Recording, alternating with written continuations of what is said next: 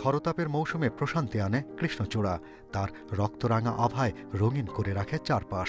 রাজধানীর সংসদ ভবন এলাকার ক্রিসেন্ট লেকের সড়ক ছেয়ে আছে লাল টুকটুকে কৃষ্ণচূড়ায়।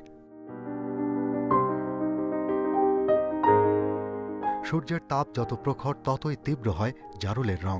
তাই গ্রীষ্মে প্রকৃতি মাতিয়ে রাখে, আর এর রেশ থেকে যায় বর্ষা পেরিয়ে শরৎ পর্যন্ত। হাতিরঝিল ও মণিপুরি পাড়ার আঁকা বাঁকা সড়কের ধারে স্বর্ণালী কনকচূড়া। রোদ ঝলমলে পাপড়িতে যেন সোনা ঝরছে। ছায়াবিথির এমন আহ্বানে ছুটির দিনে ঘর ছাড়া নগরবাসী। প্রতিদিনের ব্যস্ত সূচি পাশ কাটিয়ে রাজধানীবাসী এসেছেন প্রকৃতির রঙে হারিয়ে যেতে। ভাবছি যে ছুটির দিন একটু ঘুরে আসি, ফুল টুল দেখে আসি। আসলে এসে খুব মন ভালো লাগতেছে। ফুল দেখলে আসলে সবারই মন ভালো হয়ে যায়। ছুটির দিন সব বোনরা মিলে আসছি এখানে ঘুরতে, ছবি তুলবো, সেজে গুজে আসছি এর জন্য।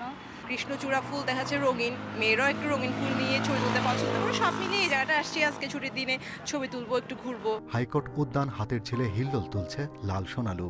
এর আদি নিবাস মিয়ানমারে, তাই বার্মা সোনালু নামেও পরিচিত। নজর কাড়া এই ফুলটি সাধারণত গ্রীষ্মে ফোটে, থাকে বর্ষা পর্যন্ত।